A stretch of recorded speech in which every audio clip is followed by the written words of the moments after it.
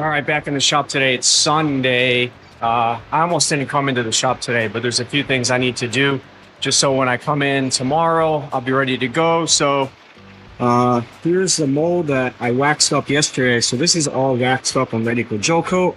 So probably gonna shoot that today. Let's see how this stringer knee brace thing came out. I mean, not like I'm worried about it.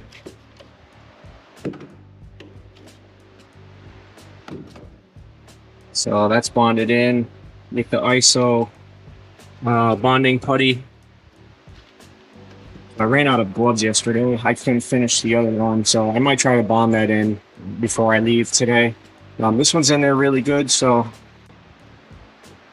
for tomorrow, I need to make one of these 32 by 20. So I have one that's in the mold that I made a couple days ago, so I need to pop this out, re-prep this mold, shoot that with gel coat. So I'll probably shoot that gel coat on this 32 by 20 and the piece that I have for my boat. And that'll probably be a wrap for today. I just bought this rolling cart from Harbor Freight. They had a crazy deal on it. It's a 5-drawer, 30-inch roller cabinet. So I don't know if I'm motivated to put that together today. I bought that to replace this part here that I've been using for my laptop, which actually looks pretty good, but I have all this stuff here on the top, and that has nice shelves and stuff. And I'm gonna need this thing for when I do my t-shirt printing, because I need that to put the t-shirts on.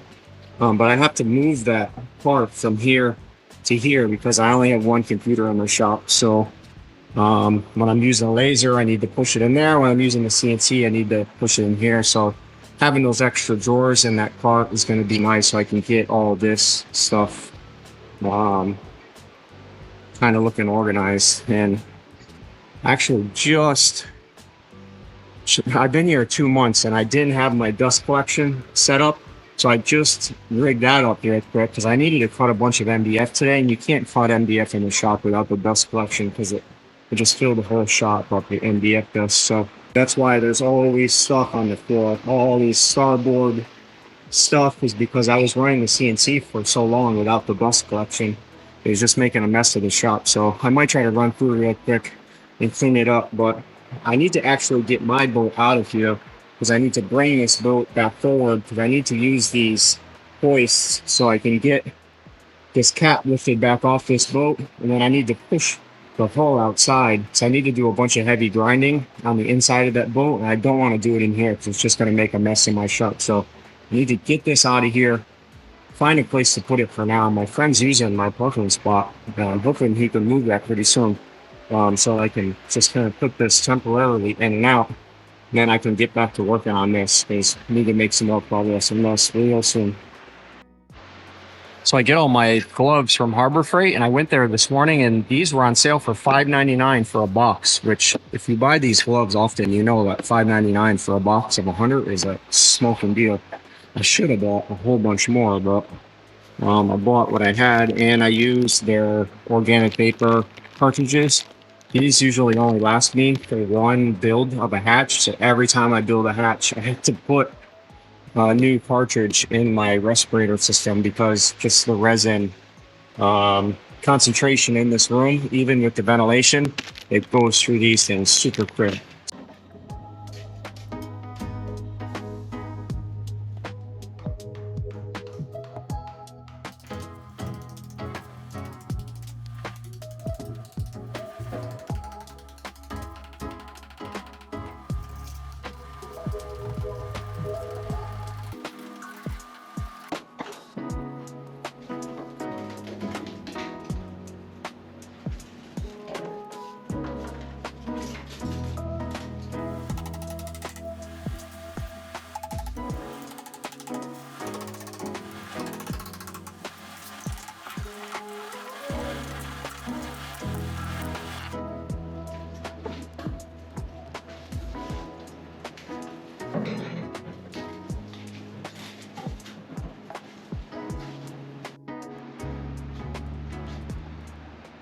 So a little dirty secret on my hatch molds. So I've been using MDF wood molds for all of the parts that I sell for a long time. And I tried to work out different situations with other fiberglass manufacturers, and it's just the margins on these parts are so tight that for me to outsource this sort of work and for them to make money and then for me to make money, there's just not enough room. I mean, I kind of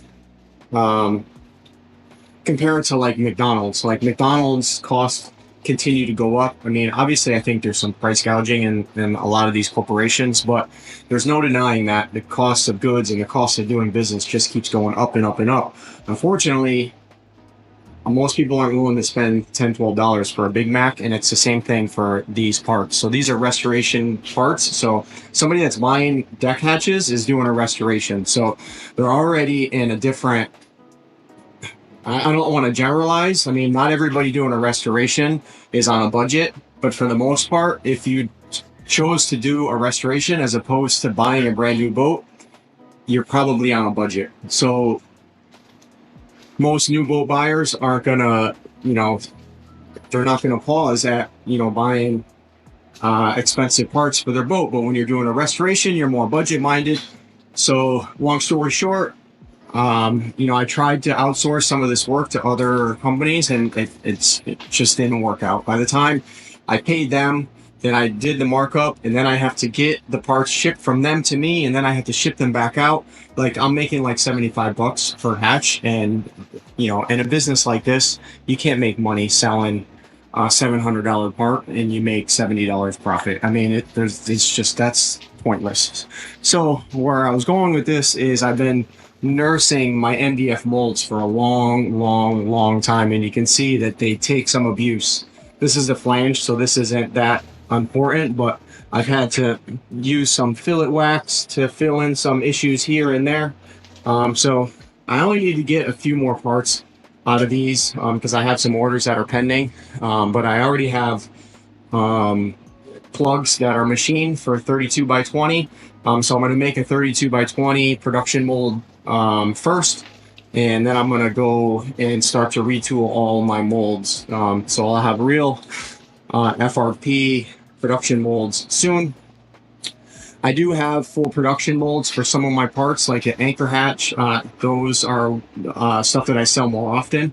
But when I started the business, in order for me to offer 48 by 20, 32 by 20, 32 by 14, 32 by 12, 20 by 20, 20 by 12, 24 by 15, 50. In order to offer all those sizes, I had to use wood molds because the cost to make a production mold and the time it's a lot. Like, for me to make a mold for a 32 by 20, that's a precision CNC milled plug.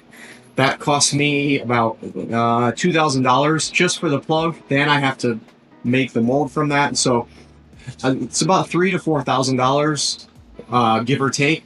I'm not counting my time and labor to make a mold for each size. I'm sure a lot of people watching this are like, oh, it doesn't cost that much. But to have the plug is the most expensive part, and to machine a plug to make the mold is probably 16 to 20 hours on somebody's CNC machine. So it's expensive. And like I said, the last plug that I made for 32 by 20, it cost me about $1,800. So it gets expensive real quick.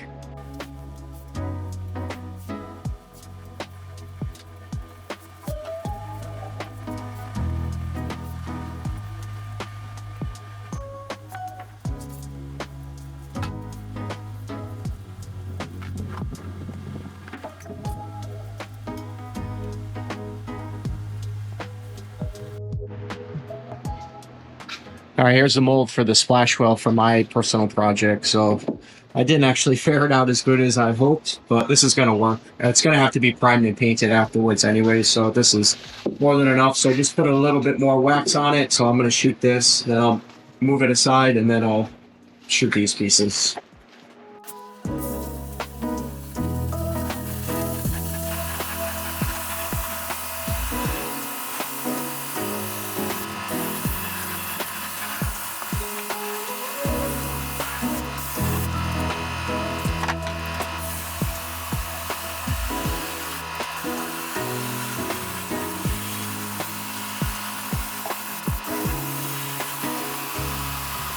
All right, spent the last couple hours cleaning up the shop. Still looks like a mess, but it's way better than it was. Let me turn this fan off. So I didn't film it because the battery on the GoPro was starting to go dead. Well, I got the other piece bonded in. So this is the 1.5 inch foam bonded with ISO bonding putty. So I let that cure with the clamps on it, and then I came in here.